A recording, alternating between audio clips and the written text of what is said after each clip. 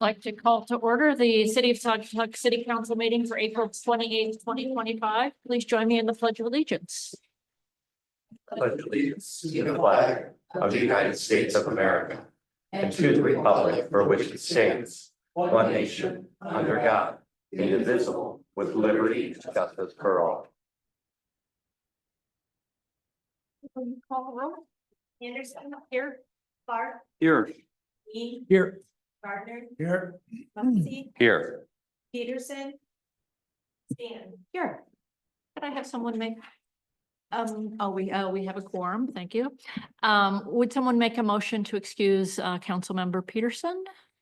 Make a motion to excuse Councilmember Peterson. No second. All in favor, say yes. Yes. Any opposed? Carries. Okay, mayor's comments. It's spring in Saugatuck, which is just lovely. We had the planting of our new tree in Cook Park on Friday, which was just so great to see. Oxbow planted some new trees there on Saturday. Getting the sidewalk painted. It's great to see the city and getting ready for the new season, gearing up for tourism and all the people who will be visiting. So, and the lights, it's lighter later, so it won't be dark when we leave. So Nice. happy spring, everyone.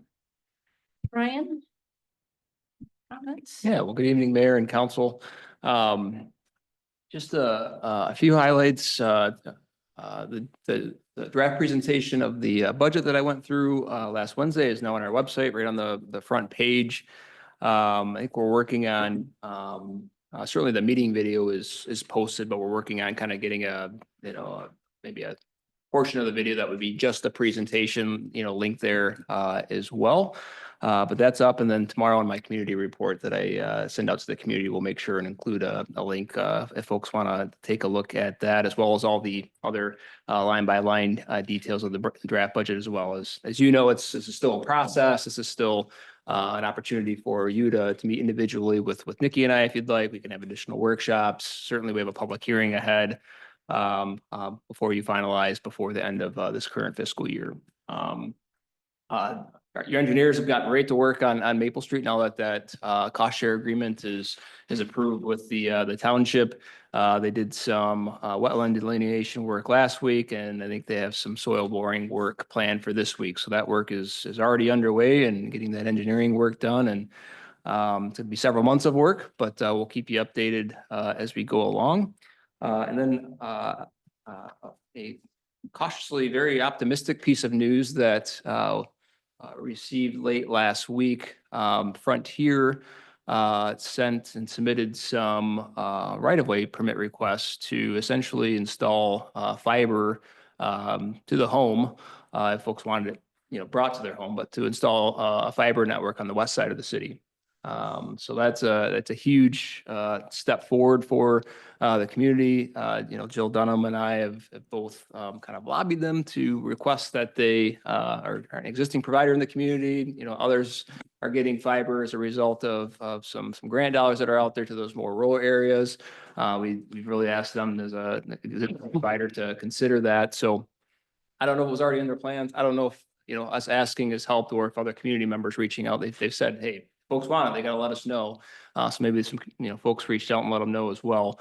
But that's a huge positive development. And I followed up with a question to them to ask if they had plans to also install fiber on the east side of the river. And their construction team, it sounds like just this morning met and would like to get some fiber installed in 2025 here as well. So that's a huge positive development to hear that that fiber is potentially coming. A lot of things to work through on the permits. Our engineers and DPW and Luke take a close look at that. Installing that much fiber via boring and then in some areas actually hanging it. It's going to be quite a project, but a positive development nonetheless. So that's what I have, Mayor. Great, thanks. Any agenda changes? No, Madam Mayor, good evening. I have a couple questions for the city manager on the report. Thanks. That's great news about Frontier. That fits in well. Can we get to this in his report since? Oh, sure. Yeah, thank Okay. you. Be happy to do that. Any agenda changes? Do you want to make the agenda change for the proclamation? Yeah, can someone make a motion to add to our agenda just before the second public comment period? Presenting the proclamation to the presentation of the proclamation to Dr. Annis. He's going to be here with his staff. Oh. Yeah, I can make a motion to amend the agenda to move the proclamation presentation to item 15 on the agenda.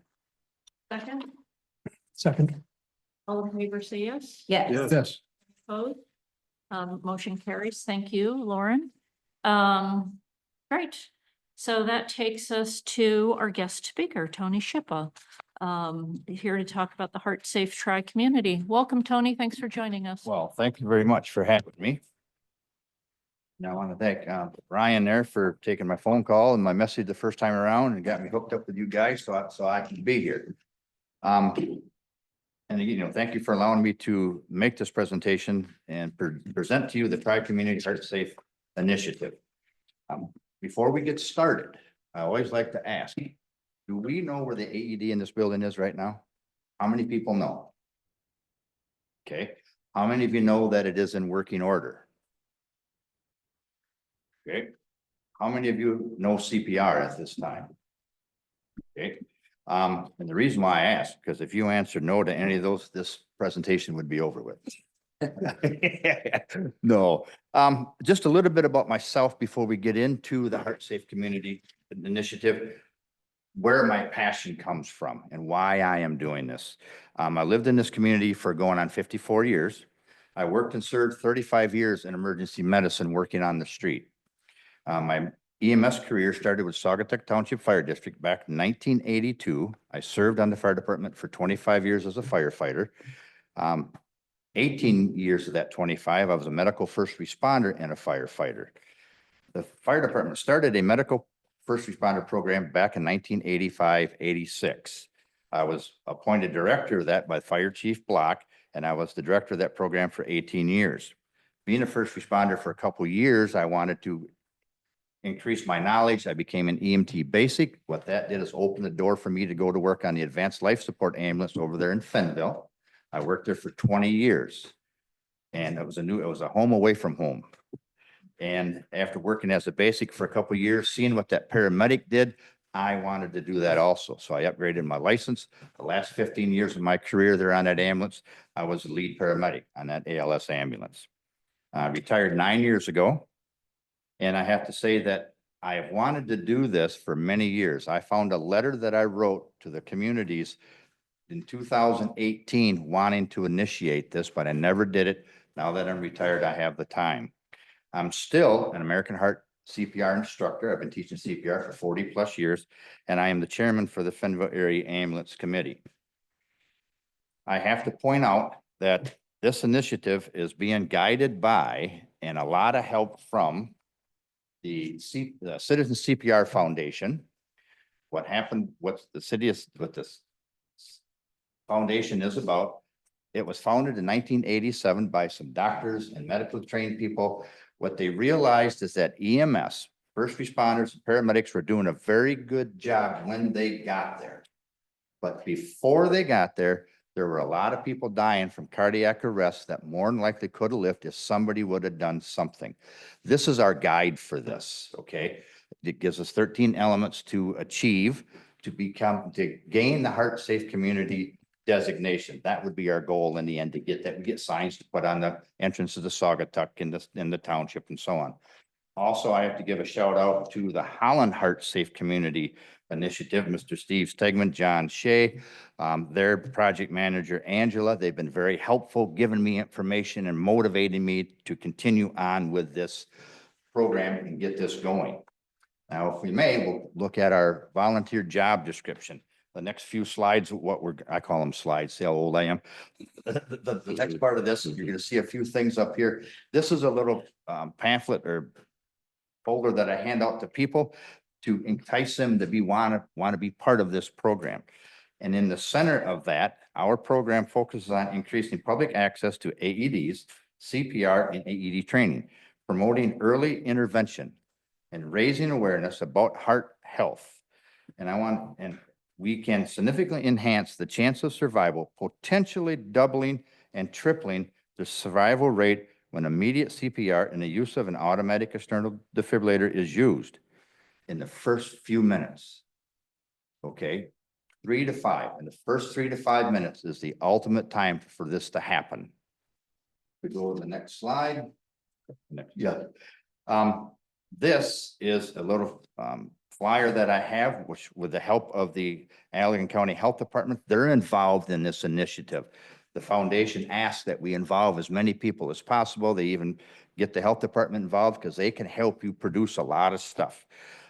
What is a heart safe community? A heart safe community focuses on saving lives with hands-only CPR training, AED access, heart health programs to strengthen the chain of survival. And we're going to talk about that chain of survival. Our purpose, single most important objective of the Tri-Community Heart Safe Program is to save the lives of those experiencing sudden cardiac arrest whose life status may depend on early intervention of CPR and AED use. Our mission, the Tri-Community Heart Safe mission is to train, educate, and empower the Tri-Community members and visitors of the life-saving importance, early in intervention CPR and AED use. Our vision, and this right here, I might get a little emotional because I live both sides of this spectrum of survivors and non-survivors. The vision, and even an ever-increasing number of lives saved, families rejoicing, and community members and visitors celebrating due to the Tri-Community's strong commitment and participation in early intervention in CPR and AED use. When we have somebody that's in cardiac arrest, and I've been on several calls where people survived and the family is elated. They have joy in their heart and they come to you and thank you for doing what you did. When you have that person that dies that's been in a cardiac arrest, the family still comes to you. They have sadness in their heart, but they're so thankful that we made an effort. And I can see this community wanting to come together and give that hope to somebody, to a family, that at least that community is committed for the health of everybody. And you'll see where it says open chair positions. The foundation encourages us to put together a committee to help drive this, keep it organized. I need a medical director. We have a fundraiser person already, Patty Berry from It Is What It Is. She wants to be the fundraiser chair. Part of that is finances. We need to help find somebody to help with that. We need a training officer. We need a program director, and we need lots of volunteers. And the Allegan County Health Department, if you want to go to them, they've already committed a website for this program. It's called Heart Safe Program. You can go to their website, look it up. Believe it or not, my name's on the last page, contact for classes. Next slide. Back up one by out of order. I'm looking for the chain of survival. Yep. Right there. Okay, that's out of place. Okay. Those 3 circles up there that I got marked in yellow, that's what we're focusing on.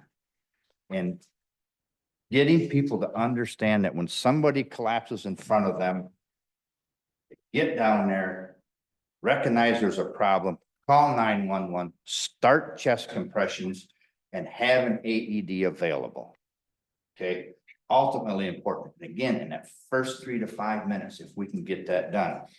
And what I do here is I teach in my CPR class, I teach them to get over the hurdle of anxiety to start. There are 2 kinds of people in this world. There are leaders and followers. And I've given this illustration to many class participants that I've had, and I've had several of them come back to me and said, Tony, it works just like you said.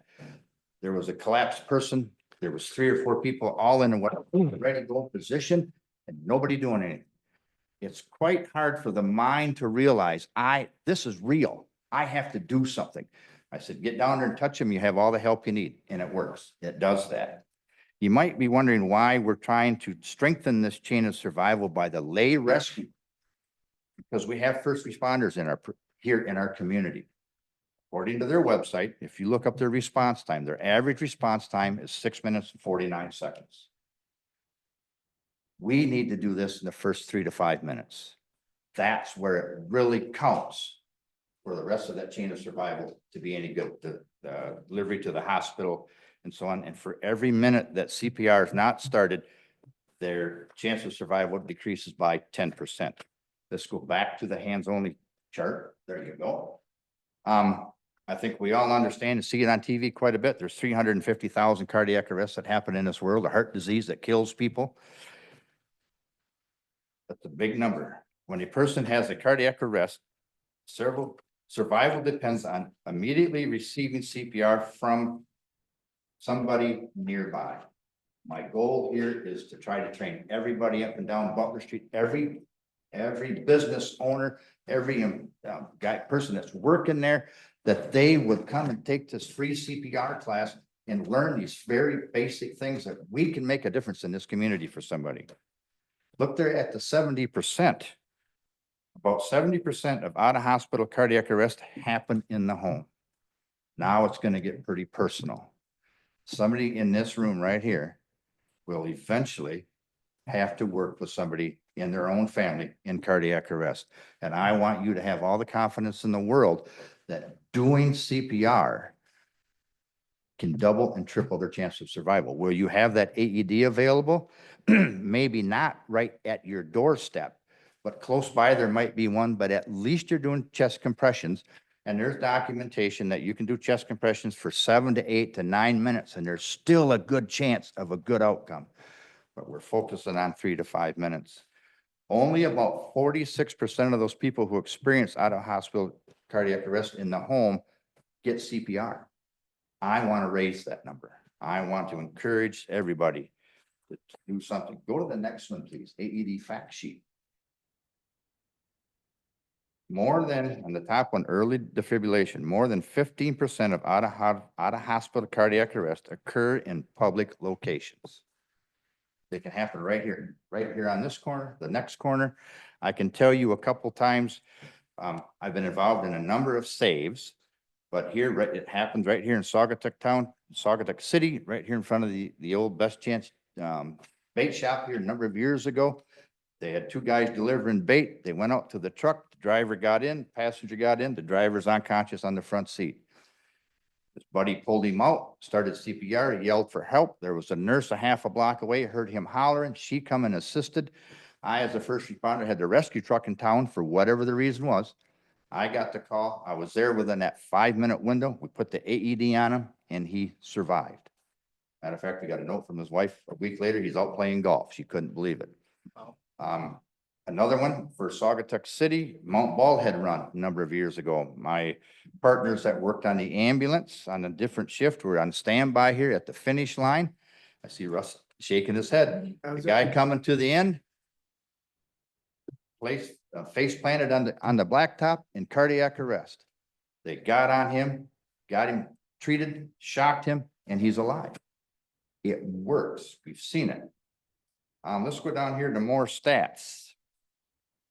9 in 10 cardiac arrest victims receive a shock from an AED in the first minute live.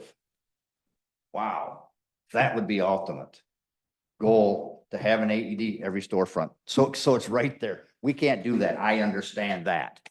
But we can focus on that 3 to 5 minutes, and we can provide AEDs in reasonable locations. I see one right out here at the information center. Because we can get an AED, put it there. We can put an outside box that will house it. That box has camera capability, voice capability. It lets 911 know when somebody pulls that AED out of there. And I know the question comes, well, what about theft? If you look up on the internet, theft for AEDs, it's 0.002% in the whole country that somebody messes with them. Okay. The next page, please. Yeah, right there. As we talk about AEDs and the city being involved and owning AEDs, I myself can own an AED. I have one. My wife, Terry, she has one in her private vehicle. We carry them with us wherever we go, knowing somebody could have a cardiac arrest at any time. People say, aren't you afraid of being sued? They have the Good Samaritan law, covers all 50 states. Michigan calls it the Michigan Complied Law. And the following people and entities are protected in emergency situation. I just want to make sure everybody understands. An individual who having no duty to do so in good faith voluntarily renders cardiopulmonary resuscitation to an individual, you can't be sued. Or I say you can't, they can try, but they're not gonna get anywhere. A person or individual with no duty to act in good faith wants to help with an AED. They can't be sued. Individuals, I as an instructor, or you instructing somebody on the street to do CPR or how to use that AED, you can't be sued. I can't be sued if something happens. And the bottom one here, I think is one of the most important things for businesses, city to know that you as owners of AEDs or people who manage AEDs in different premises can't be sued if it does not function. They have passed that. They want us to have these things out there. Okay, something that we don't have is a little thing that I just achieved. I just achieved the 501c3 status. And now any donations that we get are tax deductible, and we can do that. What I have done, I have a Facebook page, Time Saves Lives. If you look at that and follow that, you see I've gone around and start locating AEDs where they're located in the communities. Douglas has got them. I'm starting to put some out here for Saugatuck, but I post them on there and it's quite a response for people. Oh my gosh, I didn't know it was there. Thank you for doing that. I have a list of ideas where AEDs should go, but we'll talk about that at another time. Now, what can the city do? What I would ask for the city to be involved is that maybe you can help financially. You can contribute towards us purchasing AEDs. How many you're gonna need, Tony? I don't have that number yet, but it's gonna be a few because there are some locations that I think should have that people, not necessarily in the city, but like Dune Grass out here, you had that development out there.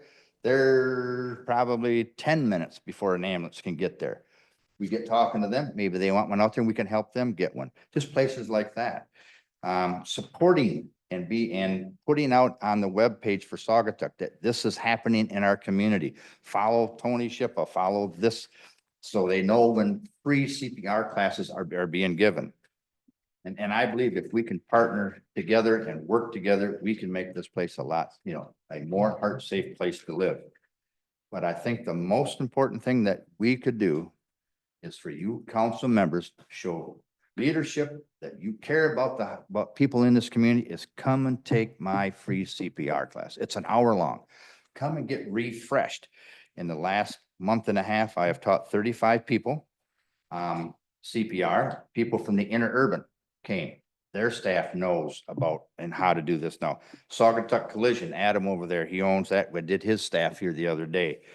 We have the Whatnot Inn sent 12 people out. So they know how to use, and they have an AED now. They had a cardiac arrest there back last July. So they went ahead and got it. They didn't have an AED on site, but now they do. Saugatuck City Board of Public Works. These guys all came through a CPR class. They're all certified. We have 2 residents that came from the township, came in and took the class. And one of them gentlemen, and the gentleman got a hold of me, talking to him, and the initiative says, why don't try to get cardiac arrest survivors to come and tell their story, how important this is. This gentleman called me 4 weeks ago, and I've been very anxious on trying to get people together in this, and where do I get a cardiac arrest survivor? My phone rings, this gentleman introduces himself to me. I would like to take a CPR class, Tony. I just moved here from Colorado. I live on the southeast side of Saugatuck Township. I'd like to have a class. I said, okay, what kind of class? Basic CPR. Why, what do you mean basic? He says, well, I just want to know how to do it for somebody else because I am a cardiac survivor. I said, Ron, can I tell you, I've been waiting for your phone call for 2 months. So, but yes, if we can have further discussion about this and how we can do this, and I don't mean to use the word I so much. When I say I, there's a lot of people involved that got me to this point. If we can sit down and discuss this and help us do this, maybe somebody here would like to be on this little committee. If you know people in the community that want to be on, that could serve this committee, please do. Let them know if they want to, if you know somebody that might want to volunteer, please contact me. I think, I know this is going to happen. It may take a little time, but we're going to get it done. thank you very much for your time. Before Thank you, Tony. Questions for Tony before? Thank you so much for Thank- coming. This is Thanks, great. Tony. Thanks, Thank you, Mary. Tony. Good job. Okay, So thank you. much. Yeah, appreciate it. Okay. Okay, that takes us to the first public comment period. This is, anyone can speak to, anything that's on the agenda for this evening. Anyone in the room wish to make a public comment? Anyone online wish to make a public comment? All right, seeing none, we will move on to, the consent agenda, which begins on Thanks, Jerry. page. Thanks, Tony. Thanks so much. Begins on page 9. If I can get a motion. Madam Mayor, I'll motion to approve tonight's consent agenda. Second. Any questions, comments before we take a vote? Russ? Yeah, just a general question. What's the status on outdoor dining applications? Is that, I see the social district applications. I'm starting to think, well, have we seen any applications for outdoor dining yet? Yes, so remember, we've kind of worked hard last year to bring everybody through the zoning historic district processes. So Luke in March reached out to the businesses that had outdoor dining, at least in the street, to say, hey, are you interested again? How many months are you looking to, to have it, updated insurance? I think nearly everybody has responded that they're interested in coming back, and it's I think a couple of them are still haven't paid their fee yet, but you should start to see them popping up. So. Okay. Yep. Thank you. Anything else? All right, roll call vote. Anderson. Yes. Clark. Yes. Dean. Yes. Yes. Yes. Yes. Motion carries. It takes us to staff reports, beginning on page 47. Ryan, I know you gave some updates. Anything else you wanted to comment on? Not for me, no. All right. Question from, Yeah, thank you, Mayor. Couple things, one on the budget, the telecommunication line item that we're considering to do will fit in well with the Frontier News. I think that's going to be a very opportune time for us to talk about how the city and perhaps our neighbors can work together to make sure we have a unified strategy to improve telecommunications for the entire area, specifically the city to start, but the other communities as well. So timing is good. Also too, on the budget, as I mentioned during the workshop last week, I would like the council to give a serious thought to having a public, I know we have to have a public hearing by law in June, but I'd like to have a weeknight budget presentation similar to what we saw last Wednesday. I think it's really, I know there sounds like there's a lot of effort putting that out on the website and making the video available. But I really think there's an opportunity here to communicate with our community a little bit more clearly in terms of what we're proposing for the budget and have a hour and a half session on a Wednesday night. Maybe I'm just putting that out there for an example, but I really think we should do that. A lot of other communities do that just as a matter of course for their budgets. And I think we have an opportunity to do that here too. I would support moving our normal workshop from 4 to perhaps 6 o'clock and just have the sole item for the workshop be the budget. If that's possible, if that works for staff. I defer to you as the council. They're your meetings and they're your topics at the end of the day, so. Yeah, thank you, Councilmember Dean, for that suggestion. I could support that idea as well. And I think maybe even have it at a different venue, perhaps a school or somewhere where we could serve some light refreshments. I mean, we have to make it attractive for people to come in and see it. But I think that's a great idea. So I would support that too. I think I'm kind of halfway there. I wouldn't want to create too much of a burden for staff, but simply shifting the workshop, I think, is a very good accommodation for folks that work till 5 p.m. So I would support just making it our single item for a workshop, move it back 2 hours. could we And- do the public hearing at the same time so that we're efficient in sort of the review and Yeah. I mean, I think it's great to, make the information available and do it at a time when people are coming. Instead of being redundant. Instead of being Yeah. redundant. Yeah, I agree. That would work for me. I would, That would work for me as well. seems like that would be kind of efficient since we need to do that anyway. It's fine if they can both be accomplished for the same, yeah. Fine by me. Brian, does that work, do you think, or would that work, or you want to spend some time thinking about it? We'll see if maybe we can add it to your June 5th workshop as a public hearing presentation and budget discussion. I can't promise I might not have other items to workshop with you at that point. Our May workshops, the next one, Mr. Herbert's going to be here in my place. And then on the 21st, we have quite a few items to go over with you. So I think we're looking at maybe June 4th, if that works for all of you. We do that. And then if there are other items and people, I mean, are welcome to stay for the rest of the meeting, or they can leave And that. perhaps we can, modify the agenda. So the meat of it, if you will, the budget gets handled with the public hearing. And then if the staff does have other things they would like, some deliberations, we can stay on. Yeah, Madam Mayor, I think it's important I'm completely on track with where we're going with this. I think it's important to communicate to the public that whether it's an hour or whatever the time's going to be, is specific for a budget presentation to our community. Yeah, we. That's how we would term it. The public hearing is a different legal requirement that we have. The presentation itself, I think, is important because the city manager and the staff has done a wonderful job putting together a very nice presentation. I think that should be presented to a larger audience and emphasize that's what it's for. Well, could that not happen at the same time? I mean, I'm just trying to be efficient with meetings.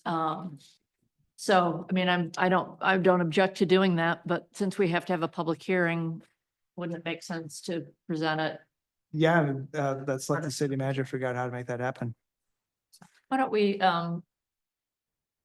So, yeah.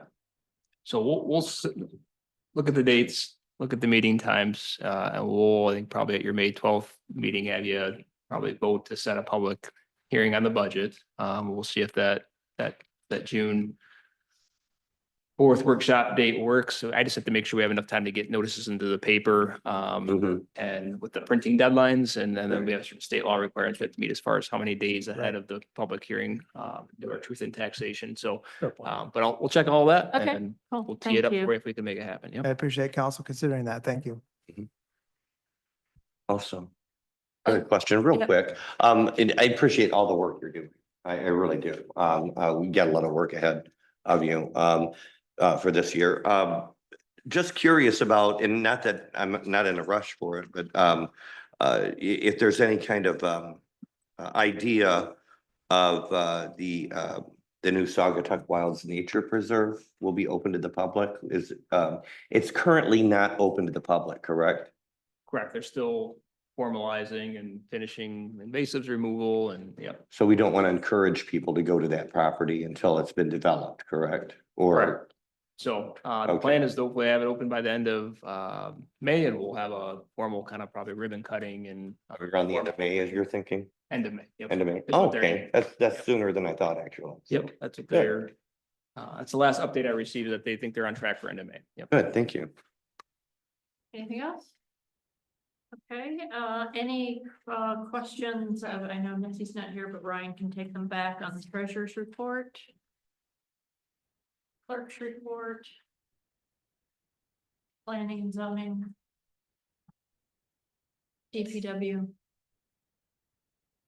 Police. Engineer. All right, Wow, I'm the only one that got.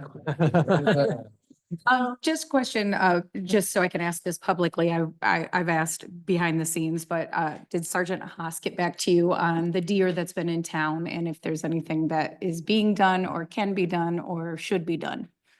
Yeah, so, obviously we received some concerns here at City Hall, and the sheriff's department's been contacted through, dispatch. And so their deputies have taken a look at the deer. They've taken the social media pictures and the up close observations from the deputies, and Sergeant Haas passed that along to the DNR's wildlife biologists. And at this point, they're not seeing any need to intervene. They don't believe that there's a need for them to take any further steps at this point. So So a lot of people think it looks like it has issues because its fur looks a certain way, but the DNR specialists have said it's not, it's fine. yep, Sergeant Haas shared it with their wildlife biologist. So, yep. I received a lot of phone calls about Janet, the last week or so. She has a name. I've heard. She visits every morning, during the, show. She comes on to Butler Street Okay. when we're, early in the morning when we're doing the, no, no, I do not feed the deer. I know. I would come back for you.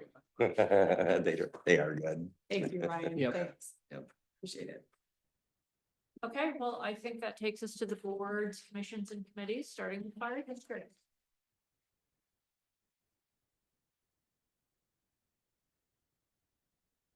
Good evening, all, council. Dan? Hi, Dan. This reports on the 21st of April Fire Board meeting. And because I have it on my notes here, but not on the charts, I'll say it now. Our budget, the fire district's budget presentation meeting, which is the one at the firehouse with the big tables and trucks pulled out of the way and whatnot, is the 19th of May. I think that it was set for 4 o'clock. I'm not positive on that. I think it's 4 because of a time issue with the Douglas contingent. So, but that more, I mean, that'll be coming to you formally. I just thought it makes sense to get it out here since it's fresh.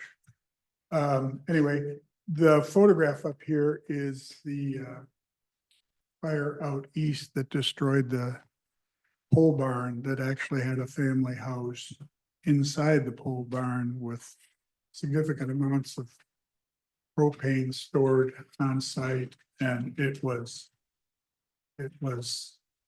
challenging from a number of standpoints, including organization with other units arriving and so forth, but early from there, that Aaron Wilkinson photos. Okay. Here's our stuff, our incident dashboard for some of it through March, some of it March only. The ones I point to, the welcome decrease year to year in the number of incidents we responded, the fire district responded to, from 91 down to 73, I think it is. EMS, in the bottom line there, continues to be the strongest point of demand, which you'll see on other slides as well. 70% of the calls being EMS, and comparison with the decrease in total calls, the calls on the highway, primarily highway motor vehicle accidents, were up 35% for the month. AJ, this is where the you saw this. I think I showed you this one before, but this is just so it's complete in the document. And again, all of the blue dots are the EMS dots. You can see the other ones on the legend there. Next, please. This lays out the incidents by area. So basically the previous chart only presented in this form. So you can see Saugatuck North, Saugatuck South, and so on and so forth. Roughly paralleling census, the different areas. Next one, Jamie. These are lives, and these are only through February, which is the most current we have. They had, I think I mentioned before, they've had a change in their administrative people. This will get updated for 2 months the next time out, I'm told. So the gray bars are the most recent. Those are life's numbers this year, and then the orange ones for last year and so forth. And the AMR ones we only had from AMR. So trending again in the right direction. Next one, please. I've shown you this chart before, just it's the overview of the fire district's components in census, in budget total, call volume, whatever. And again, roughly, and it is roughly, call volume, census, and budget remain pretty much consistent for the three. It moves up and down from time to time. Next one, Jamie. And these were the other things we talked about in the meeting. We approved increases in the fees that fire district charges for rental inspections, plan reviews, and other building inspections. And these new numbers are based entirely on a very detailed look at costs, equipment, personnel costs, and so forth. Very detailed. And it's available on the website if you want to see it. But for example, and we go through all of them, but rental inspections will be going up from $175 to $200 on the first inspection.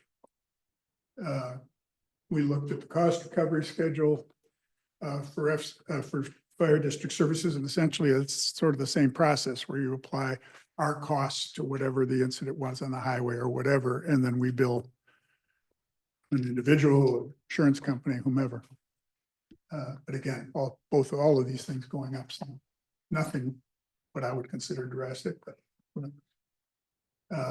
chief acknowledged the staff efforts in resulting in approximately $9,000 for that month as a result, direct result of cost recovery, I think, on 3 incidents, which is a good number, really good number. Any update of the board on the very difficult, emotionally difficult, resource difficult recovery of individuals who would drown in the river upstream here on April 11th. That involved the state police, it involved the county sheriff, it involved the fire district. I think it involved Hamilton Fire Department. And the challenge was trying to locate the woman who had drowned. She had been seen from shore by someone that got called in, and then all the balloons went up and help coming from, they couldn't find her. County sheriff has a boat that got stuck in the mud out there with 2, this is in one of those back channels off of the, you see them when you're off the river. Got stuck in the mud with 2 sheriff's police in it. They got out of it, trying to push it out of there. Now they're in 38-degree water. They're suffering hypothermia. It's 2 a.m. I mean, it was truly a nightmare. Maybe when they found her relatively easily when the sun came back up, and apparently the body floated, whatever, from gases or whatever. But it was, I mean, it's sort of small, but for some people, it wouldn't have been small. That ambulance that fire district acquired last year, the big one, was at that scene. And that morning, when they had recovered this woman's body, it was property virtually in front of the home she shared with her husband and the son who arrived and whatever. And they were able to take her into that ambulance on a cot that was loaned to the fire district by Life EMS for our cot 100% of the time. I hope this isn't too graphic, but clean her up. And then the father, or the husband, father and son, maybe 2 sons, I can't remember, were able to spend time with her in that ambulance, quiet, away from prying eyes and away from as much time as they needed. And there was it was like 2 hours for the medical examiner to arrive, and you couldn't move till then anyway. So it was a nice use of resources. You sort of didn't expect that it would be used that way. Next one, please, Jamie. Then the chief, it's probably been said enough, the gas line interruption. Somehow the mayor chose to wear red on that day, so it was real easy to pick out who the Politico was on scene. Greg Janik and Mantle serving up eggs and whatever from the kitchen. One of the learnings out of that, Greg went to some length to mention, was, and it's the kind of thing that, again, you couldn't really see coming. There hasn't been a gas interruption in Saugatuck in anyone's memory. I mean, it would be 30 years, they don't remember when there was another one. So you haven't exactly game planned this thing out. And then when it goes, and everybody saw it on the map, all the dots. And I remember I looked at those dots and I'm thinking, first time I looked at them, I thought, well, I got a good friend out on Old Allegan. There's no dot there because that's Semco. That's the other gas company that didn't have the problem that Michigan Gas did. Anyway, the need was to try, I mean, remember how cold it was and what have you. The need was to try and find a place to house and warm people and give them a place to stay overnight and what have you. And it has to be a fairly large building, and it has to be fairly proximate to this area. And normally, if you think about like a power outage or whatever, you go to a church or you go to the schools or whatever. All those options were off the table because they were all out, none of them had gas. And Greg was able to figure out the Semco thing and where that line breaks, which is literally why spectators had gas when 2 doors down, they didn't have gas. And following that out on Blue Star going toward to the northeast, they were able to locate and contact the people at the Third Coast Church, which is like that golf complex that's on the north side of the road. And that's where they got a facility able to do that. And all of this stuff is being done like, I mean, now you gotta have a place for these people tonight, not tomorrow night. Yeah, tomorrow night, but tonight. So anyway, there were lessons learned, and that was one of them. Next one, please. The board was briefed by some on the board, including, he wasn't briefing it, but should point out on the Life EMS arrangement with the fire district, Tony Shippa was a consultant to us on that process and remains involved in that with us.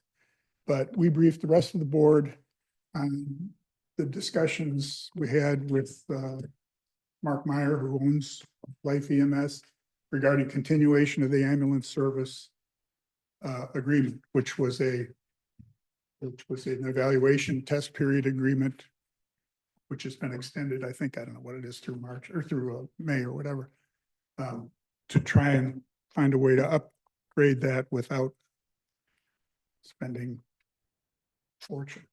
So those discussions continue, and it's not a solved situation, but both sides want to make this happen. So I'm confident, as confident as it can be, that's going to happen. And then our next meeting is a workshop meeting a week from today at 4 o'clock. And at that meeting, we'll be discussing further facility expansion plans and options, a number of things that have kind of popped up and sudden, what have you. And then finally on here, just put on yet another time that is, you probably all well know, on the 26th in Vancouver, that's now up to 11 people that were killed by that car ramming what could just as easily have been 4th of July parade on Butler Street. And I know Chief Janik harps on this. He's a subject matter expert in this area. You don't get to a place where you go, that's enough. We've got enough security. You keep looking at where are the holes, how could somebody get a vehicle? How could they get it around a barrier? How could they get it around a pickup truck, and planning for it and preparing for it? And unfortunately, the only really acceptable way to do it is to prepare for the worst. And because the worst keeps happening. I mean, and there's no one constant, source of the issue, or, mental retardation or mental challenges or emotional challenges, whatever, terrorism, who knows? There literally is no way of predicting it. So which falls to the city to be prepared for it. So, and it's obviously costs money, it takes time to plan. And at some point you kind of go, oh, is this really all necessary? And you'll never ask that question after it happens. You'll only ask, then the only question you answer is, God, could we have done a bit more? Whatever. So next one, please. These.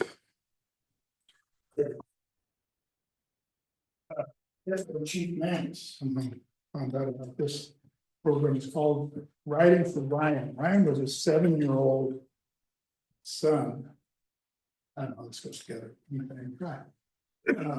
Of an emergency responder fireman, I think in Cascade Township, who was killed in a traffic accident while he was on his bike.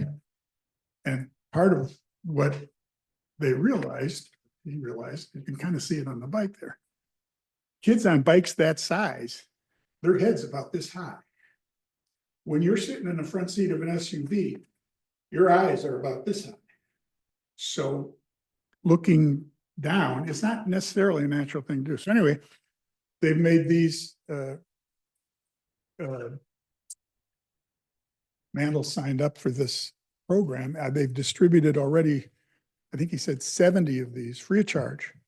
So if you know anybody or that's the thing, they're available and not like a limit you can have, so particularly for kids that are riding bikes that size. It's less important for, you know, the guys who ride like you ride, you know, or you got lights on these are the kids who don't look and don't think and whatever, and this can be a help.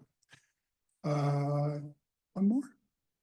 There you go. My thank you, with a note to be careful with electrical extension cords, which relates to the area that firefighter Meyer is standing, and that's what's left of that pole barn, whatever you want to call it. Questions, any? Thanks, Dan. Appreciate it. Great report as always. Thanks, Dan. Thank you. Before we move on, a programming note to Dr. Annis. We are going to do your presentation before the second public comment period. So the question of when are we going to focus on you? That's when we're going to focus on you, and we're very much looking forward to it. Gregory and our urban board. Yes, we were awarded a grant of $6,048 to cover the 2025 parking shuttle. So we'll have free shuttle service again, like we do every summer season. Thank you to the CVB from 1 o'clock to 9 p.m. Covering Friday, Saturday, and Sunday on weekends, like we do. We're also have signage and QR codes will be available at the high school, directing people to use our park and call service when the free shuttle isn't serving. So there'll be signs here so folks can see and just get a ride that way as well. Finally, our capital grant process, we've got Midwest Construction was awarded the A&E Services procurement for a design build. We'll be starting the design process soon. We expect this to go pretty fast because we understand we have a great design to start off with, and we'll see that in our next board meeting. So we'll be breaking ground shortly to expand our building there. And then also it's this week is when we start our expanded services. For only $1, you can take the Interurban to 3 locations in Fenville, including the post office, Wagoners, and Ladders of Hope, the food pantry there in Fenville. For only $1, you can also take that bus over to any location in Lake Town Township. So that'll be an on-demand service. Our contract with Fenville is for 2 years. And the city of Fenville will be contributing for that. Our contract with Lake Town Township runs until the end of October. At that point, we'll look at that and see if they want to renew, see how useful it is. And we're hoping to be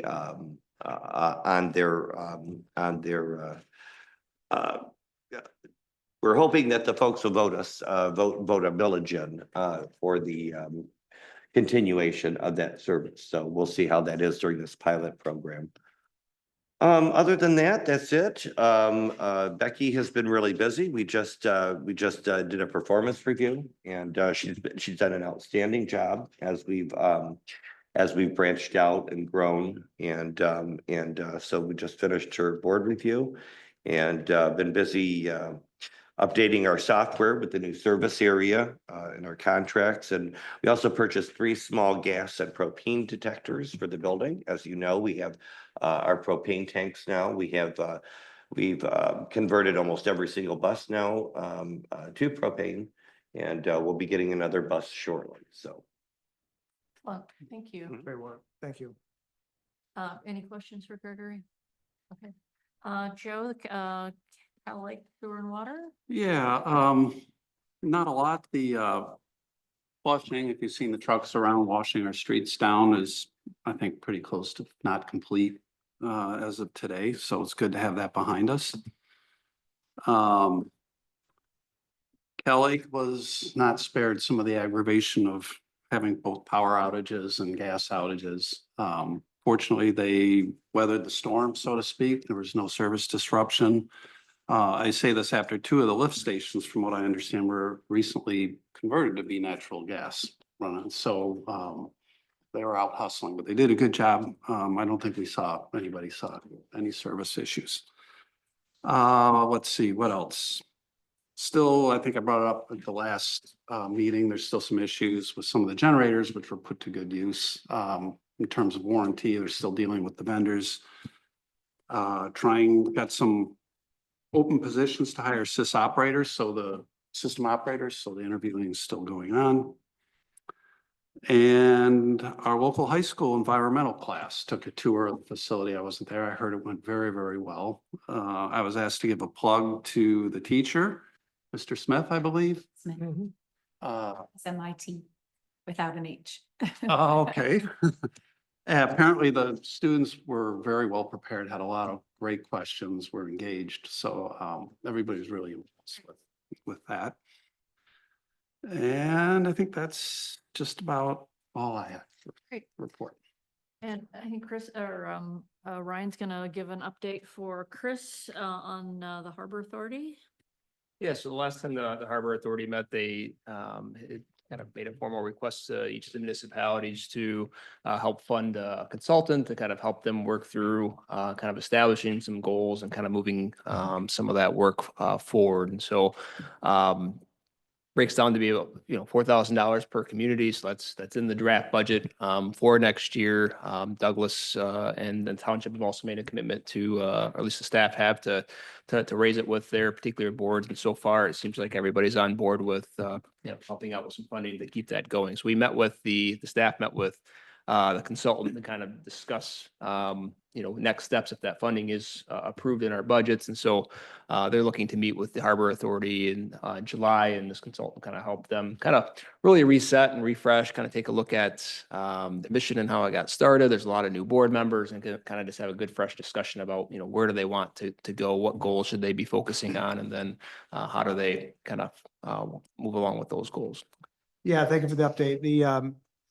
The authority has been around for, gosh, I forget how many years, but the thing I'd like to see council do, and I'm supportive of it, is to have this refreshed, but also to have some presentation about exactly what the authority was originally designed to do, because there's a fair amount of, I don't even know how to describe it, but there's a lot of disappointment in terms of the original authority and what it was reached, it encountered a number of roadblocks from former city councils, township commission. And so I think there's an opportunity here to hit that reset button, the proverbial reset button, but also to make clear to the community exactly what they're here to do. So it sounds like we're going down that path to have that revisited.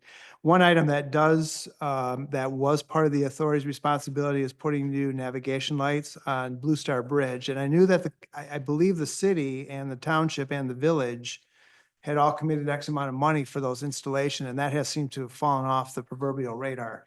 So I just wondered if there's any, not that I need a status this evening, but that's something that I know we had made an investment on, and just wanted to see where we were on that. So.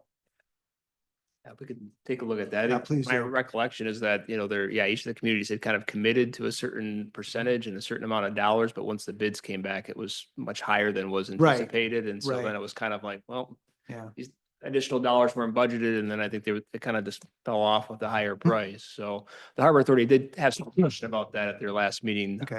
And I anticipate they'll probably continue some of that. I'm assuming the need for those lights continues. I think- I would guess. Thank you.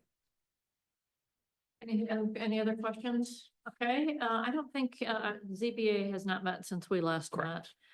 Historic District Commission, Russ. Scheduled to meet this Thursday at 6 p.m. Be there or miss out. All right, Planning Commission, Joe? We did not have our last regularly scheduled meeting, so there's no update. As soon as we have our next meeting, we'll have a report. Parks and Public Works. Yeah, we met last week and it was just a good organizational meeting where we just tried to wrap our heads around what our, city council's goals and what we can do to help those goals. Put out some, each individual council or each individual committee member kind of took on a task. So we'll be working on those. For example, invasive species, we'll be working on sending things to Jamie so we can get it out to the public. With invasive species, we want people to be able to identify it in their backyard. And then what do you do with it? If it is in your backyard, how do you get rid of it in a way that it won't contaminate you know, the dump area or wherever we end up, you know, putting those things. So some educational things that will be going out to the public, but everybody working on, I'm working on streetscape, for example, and going in different communities, just looking up what other people's streetscape might look like, you know, so if that's in our future plans at some point, I'll at least have some ideas that I've seen in other communities. So next meeting is May 27th. Tri-community non-motorized trail. No real update apart from what's in the manager's report. The Water System Operations Contract Advisory Committee. Joe, Russ, Brian? No updates this week. Okay. And then back to you, Scott, on wildlife management. Yeah, thanks, Mayor. Douglas showed some of their draft ordinances. They're a little bit ahead of us in drafting. So we took advantage of that and kicked it over to our legal counsel. Just kind of give them a head start, but obviously there'll be some differences given some of the discussions we've had about perhaps zoning issues and the like in terms of where we do this. So work is underway. Thank you. Okay, that takes us to accounts payable, item 11. Anybody would like to make a motion? Madam Mayor, I'd like to make a motion to approve accounts payable, the amount of $66,975.18. Second. Any questions or discussion? All right, so roll call vote. Anderson, Yes. Clark, Yes. Dean. Yes. Gardner. Yes. Muncy. Yes. Stanton. Yes. Motion carries. No public hearings, no unfinished business, which takes us to new business, the bid for the Mount Baldhead restroom replacement. Ryan, we're gonna. Yeah, say anything? I can quick tee this up. We discussed this at your workshop that essentially we've received bids to replace the bathrooms at Mount Baldhead. Most of the pricing, well, the top three bids were around $300,000, and we discussed some contingency needs of about 10% or so on top of that. We discussed that at your last meeting that McGraw had a number of kind of qualifying conditions that could essentially add some costs to their bid proposal. There was interest from the council in kind of taking a look at Musion's proposal, given that Fleece and Van den Brink had a little more experience with them. But then we also still have Midwest's proposal, which is actually slightly under Musion's and is essentially one and the same. So one of the other factors that we said we would go back and take a look at is schedule. When could folks get the job done? So that's something that Mr. Moxie is prepared to speak to tonight. And then there was also some discussion at the workshop about whether there was a desire to move forward with replacement or whether there should be some sort of, rehab of what's existing. On that note, I did receive some correspondence from the owner of Lakeshore Resort with interest, depending on the cost for them to actually move it. They were interested in actually taking the bathroom structure and reusing it on their property and having it continue as a bathroom structure in some way. So that would actually save us some demolition costs. Again, I don't know what that quote's going to look like for them, how much it would be to move it. I haven't heard back from him yet since then. It's only been a couple of days, but he wanted to know if we might have interest in that. It's something from a staff perspective that I think, we should definitely explore if we're going to go the replacement route. But, we would make sure we have formal agreement that says that, they're taking it as is and we're not going to be responsible for any environmental findings and condition and that sort of thing. But beyond that, if that's another factor just for you to kind of think about and consider as well. So would that come off the cost then from, the asbestos survey, asbestos abatement, some types of things that might not have to take place if somebody decides they want to take it? Yeah, I'll let John Moxie probably speak to Okay. that and, All right. Yeah, and thank you for, you didn't make it, just, I'll be right with you, John. Thank you for this update on the start and completion dates. It doesn't appear that Mugen included a start date. John, do you know, or Ryan, do you know when they would start? I mean, I can't believe they'd start late September and be done in early October. No, that was their estimated end date. I imagine they're going to start kind of midsummer, something like McGraw. But he only gave me the end date, not the start date when I asked for schedule. It's just compressed for time. Okay, thanks.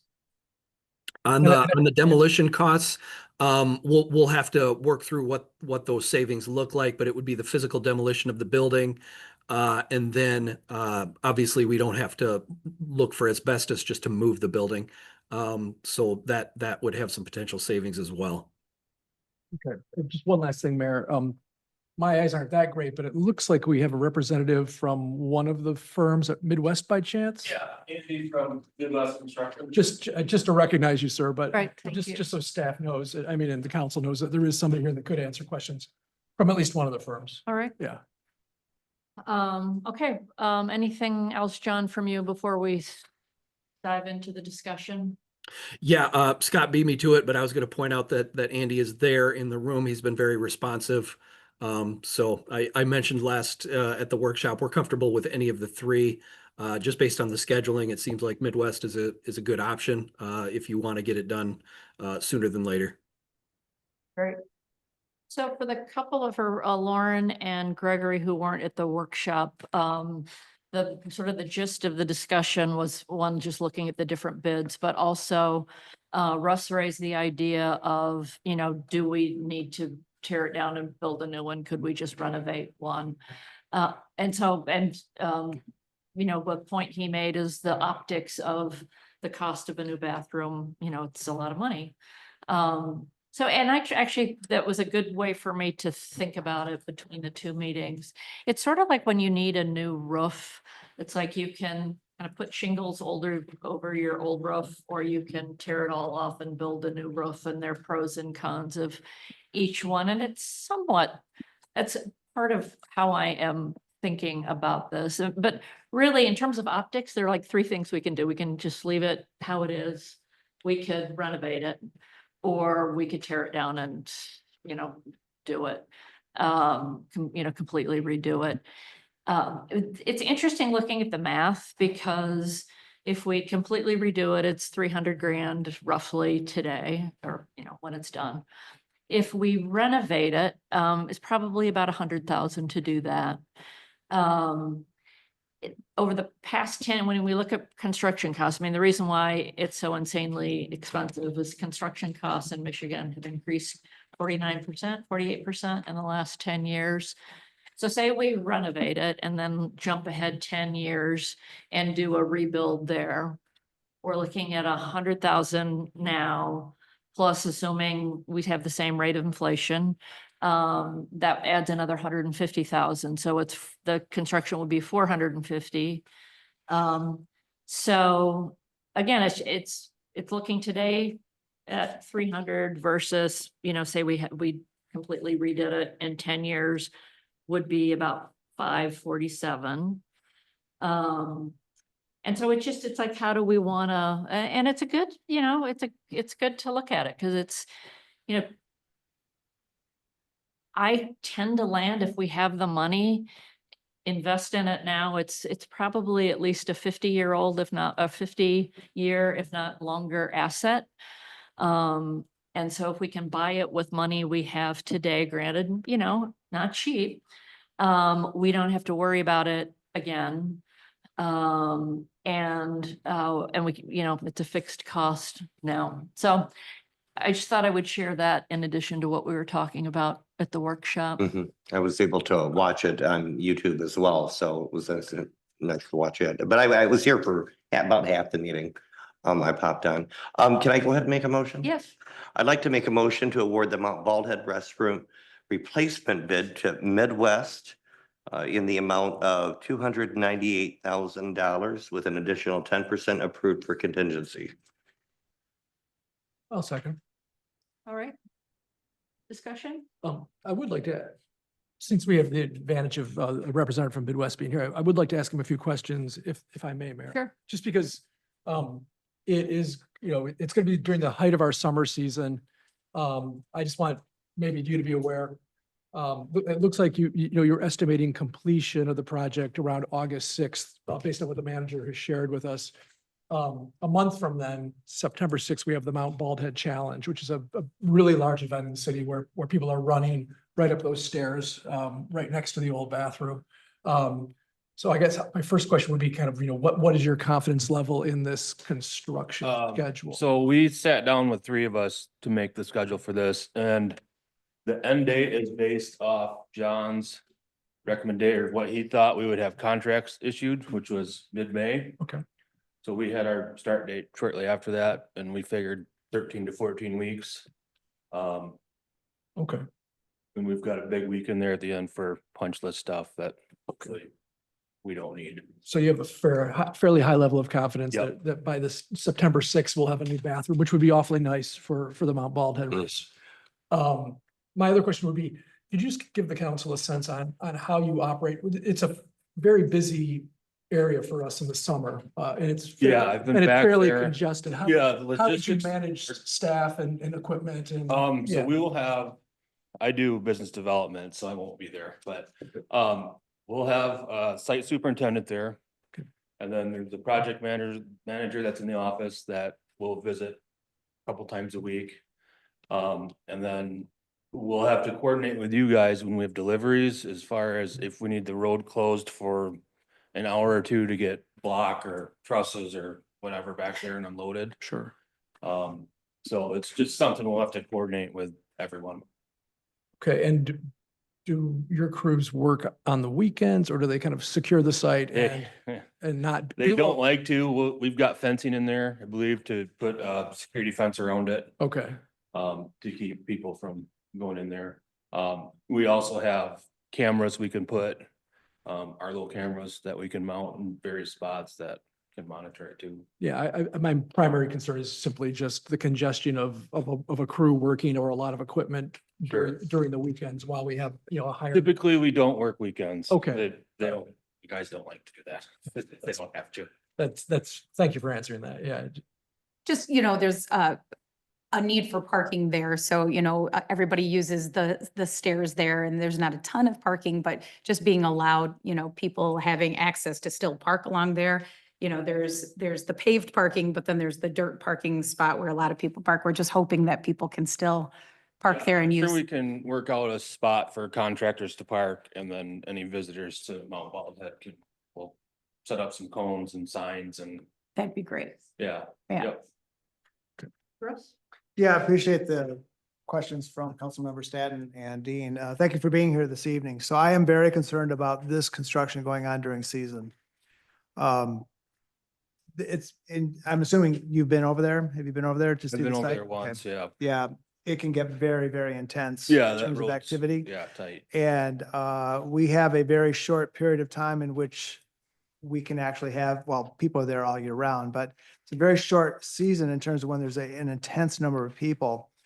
And this is not a reflection on the company that we choose, but more of the season. I mean, I would prefer to see this be started after the season is completed to give you the time and the space and the effort needed to be able to do it right, as opposed to working around visitors. I mean, And that's it's an going option. to be a we can challenge. Look at. It's going to be a challenge. And considering how visible that is and how many people visit there, I'm very concerned about having a major construction project. This is the kind of thing where I think I'm going to get a question saying, why didn't you wait until after season or before season to start the work? And again, no reflection on Midwest at all. Yeah, sure. But more just from a planning standpoint. So I appreciate the questions that are coming up, and I think that's definitely something we need to be seriously thinking about.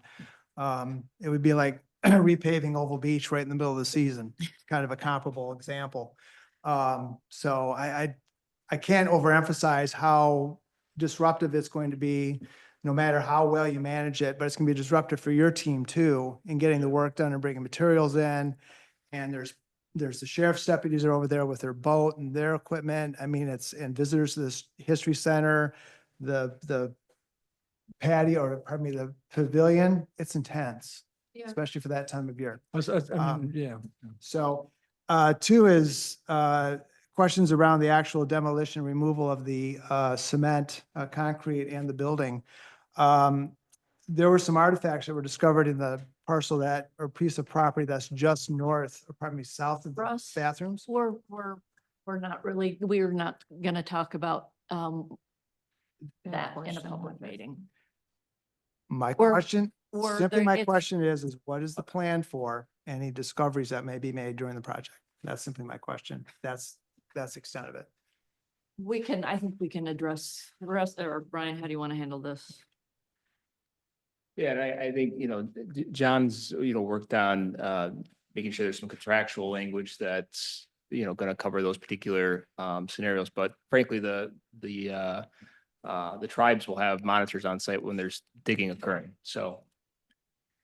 So if there's things that we need to address as we get into construction, there will be the the necessary folks in place to work through that, so. I'm just taking advantage of you as the business development person here. Because I do acknowledge Councilman Gardner's comment on the busyness of that area during the summer. You seem to indicate just now, and once again, I don't want to put you on the spot, but that there is some flexibility. You might be able to maybe break ground or start this project maybe after we complete our charity run on Yeah, I September think 6th. that's definitely a possibility and a discussion we can have. I know originally when it came out to bid, our goal is to have it done before the 4th of July. Okay. And then it kept getting pushed back with the historic stuff.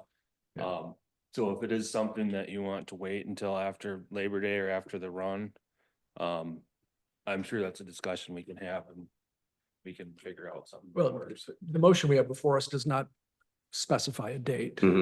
So, I mean, I'm happy to, personally, I'm happy to vote on this today, given that you kind of are verbally sharing with us your company's willingness to be flexible around the date, given how complicated that area is. Actually, staffing wise, it probably works better. Okay. We were under the impression that you guys wanted to be done as soon as possible. Well, we do, but we also are mindful of how busy it gets over there, so. Yeah, sure. Well, business development question, then you'll still be able to honor the price that's currently in front of us if the start's delayed into the fall? I think so. We'll have to double check with all our suppliers, from when we bid it in February, whenever that was, I believe. And then resubmitted, all the prices were good, and that was three months later. So, but we can do that exercise and double check with them. Presumably you Once could we order establish- the materials in advance of the project if we Yeah, give you, once we sign the establish contract. a start date and have contracts, we can get stuff ordered. John, anything you want to add to the conversation on timing? No, just maybe just a recap. We originally were planning to have this project built last fall. So we were kind of intentionally trying to avoid the summer season, and just the way everything came out, here we are. But yeah, I would fully support delaying to the fall. As Joe mentioned, we can get contracts in place. They can order materials, kind of lock in prices, things like that. No difference on our end. Okay, thanks. Anything else before we vote? Right? One last question. In terms of the actual, we have not seen the site plan that they'll be working from for the specifications and everything else. I would expect that to have been part of this. So just so the community can see where the money's going to be going in terms of what the project is going to look like. I think we walked through that in January with. We did, Councilman right. Gardner. But I would expect this to be back in front of us as we're approving this. So that's not going to stand in the way of my vote to support this, but I think that's important for the community to see what the investment's going to be and what it's going to actually look like, some representation. So bring that back in front of everybody again. Especially since we're probably talking about a potential moving it back so we don't disrupt the summer season. And I just want to thank Midwest for coming out and representing. It was nice to have you here Yeah, thank you. for any questions that we have. So I appreciate it. Yep, and if it does go to us, most jobs that it'll be coming soon in the fall, we can get a rendering made and put a sign out on the existing building and. Okay. That'd be great. Yeah, Excellent. thank you. That way Mike. people. Thank you. see. Thanks, yeah. Thank you so much. Good. Can we twist your arm to do regular, maybe not every month, but to give a checkpoint from the council as to the progress? Yeah, our project manager that will be assigned can send email updates, Nice. bi-weekly. Nice. Fantastic. Thank you. Great, appreciate you Anything being here. else? All right, Thank you. Appreciate it. Thank you. roll call vote. Anderson. Yes. Clark. Yes. Bean. Yes. Gardner. Yes. Muncy. Yes. Yes. Motion carries. All right. If I could, Mayor, so we'll work with them to get the contract signed and then plan on a fall construction after the ball pad race.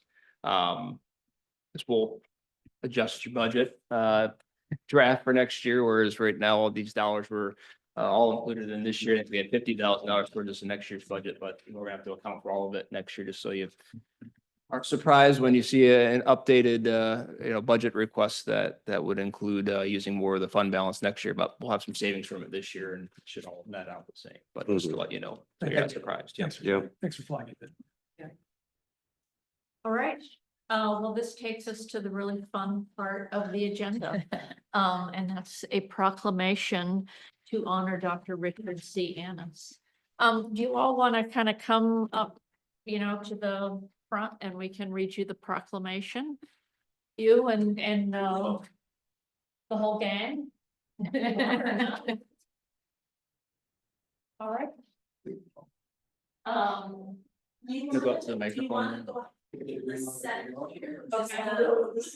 just here live. The video's here. So maybe if you hear with this microphone, Yeah. all right, and then. Maybe you can even go on the other side, all right, come in here too. Yeah, and if you guys wanna face the camera, yes, and maybe just like, you wanna stand right here? That's right.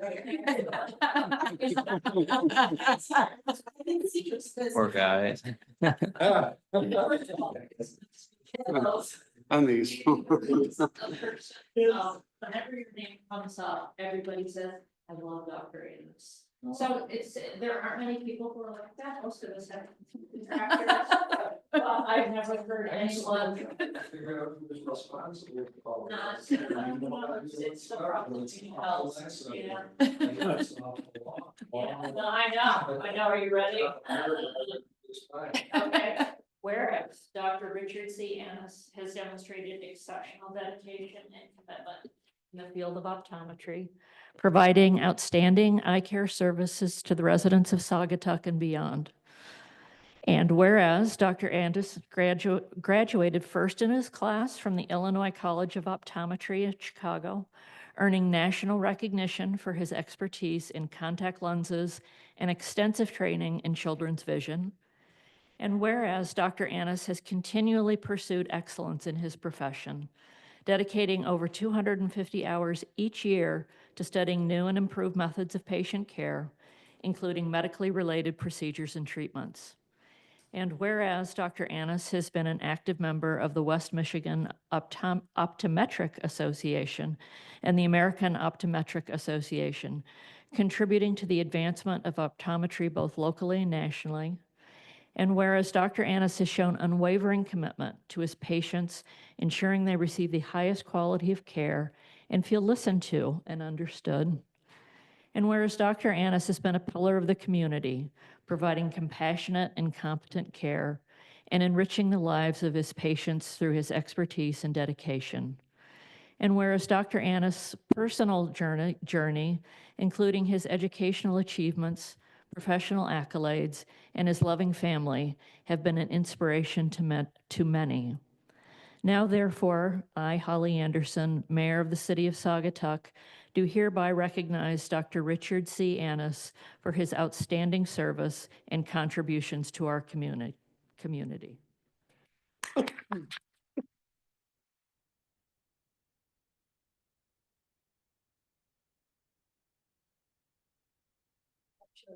you are an example to all of us.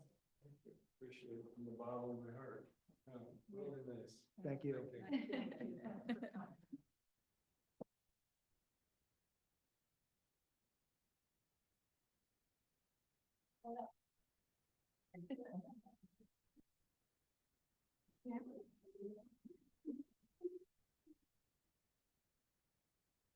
Nice to see you all. Thanks for coming. Bye.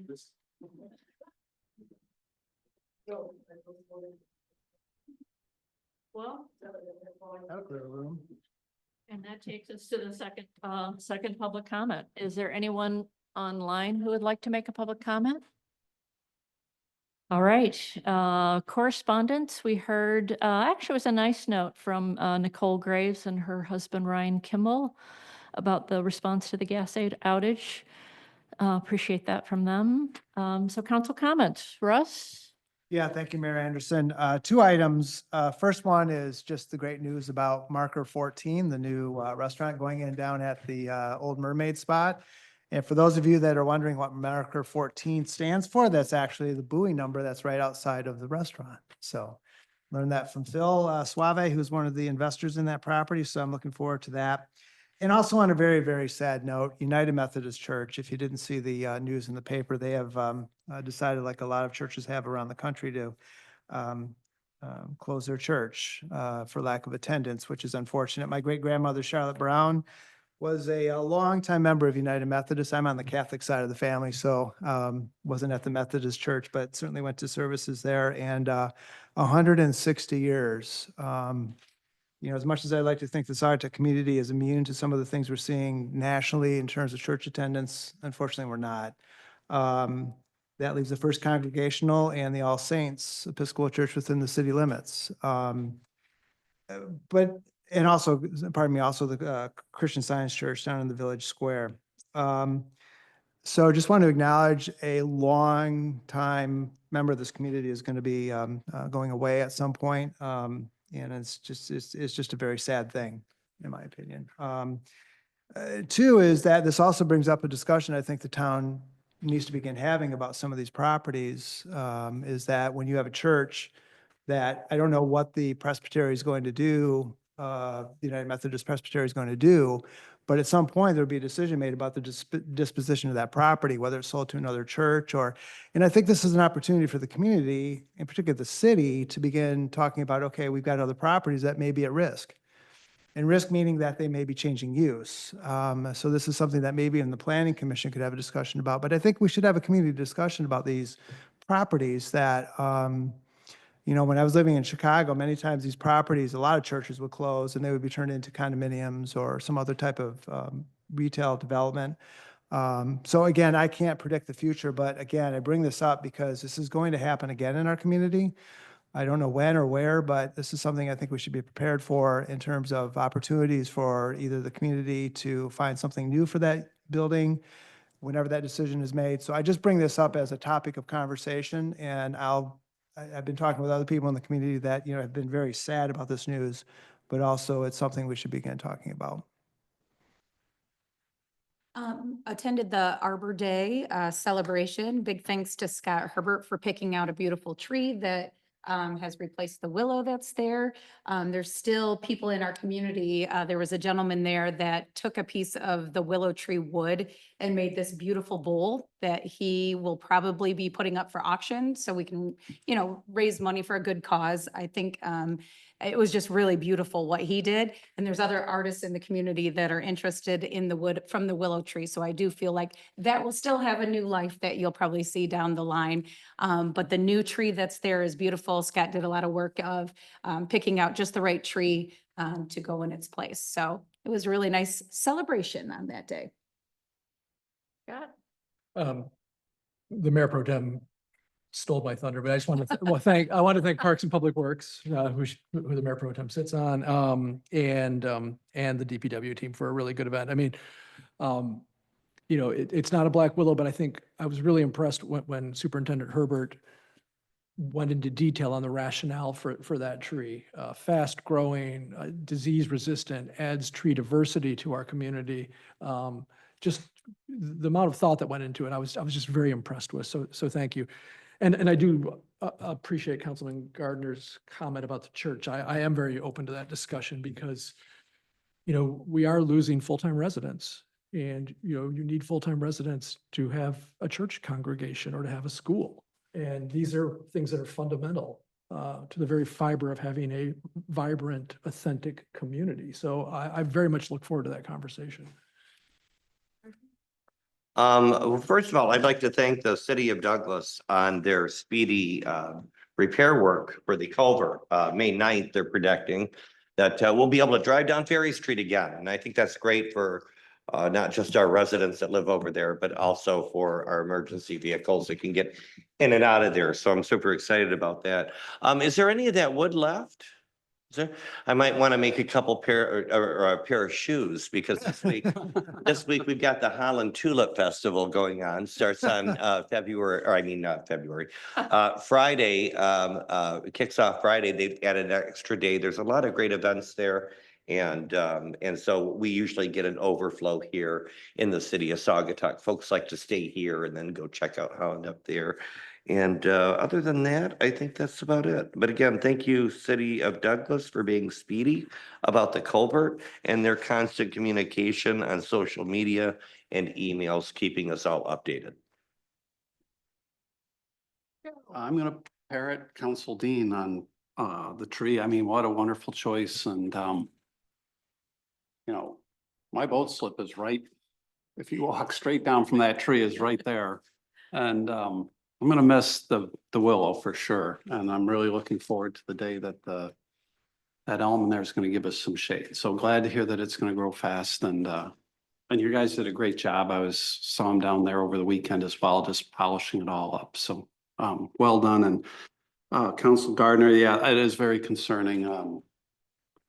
You know, to see a landmark, especially a church, you know, going away. So I certainly would welcome to have those conversations, be part of those conversations and especially anything we can do to, you know, cement and grow our resident population. It's always been a passion of mine since I've been involved in the council and before then. Anyway, it's nice to see the weather change. I'm excited to be dodging the retro rental boats on the river soon, this weekend maybe. So that's exciting. And yeah, that's it. And any of you wondering, stay away from this COVID strain because boy, that sure laid me on my back for a while. It's no fun. It's nice to have you back. Good to be back. I'm gonna pile on, again, with thanks to, DPW Scott and your team for the tree and your love of trees. It's really great to live in a city where we have somebody who loves trees and knows so much about them. So, tree paw, you know, I'm hoping that will catch. It might not, but not a geek, not a nerd. Then, yeah, the Methodist Church, you know, be interesting to see, you know, explore how we can come up with some buildings that belong in town but could house more than one family. And that would be a perfect location to potentially turn into some apartments. So it will be a good discussion. And then finally, maybe the most important thing that's going to happen this week is Ryan and Lisa are getting married on Friday. So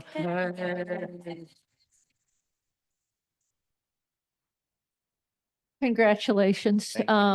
Don't think about us while you're gone. And we will do all we can to ward off any emergencies or crises. And we're in good hands with Mr. Herbert. That's it from me. With that, a motion to adjourn? Motion to adjourn. Second. All in favor? Yes. Yes. Meeting adjourned.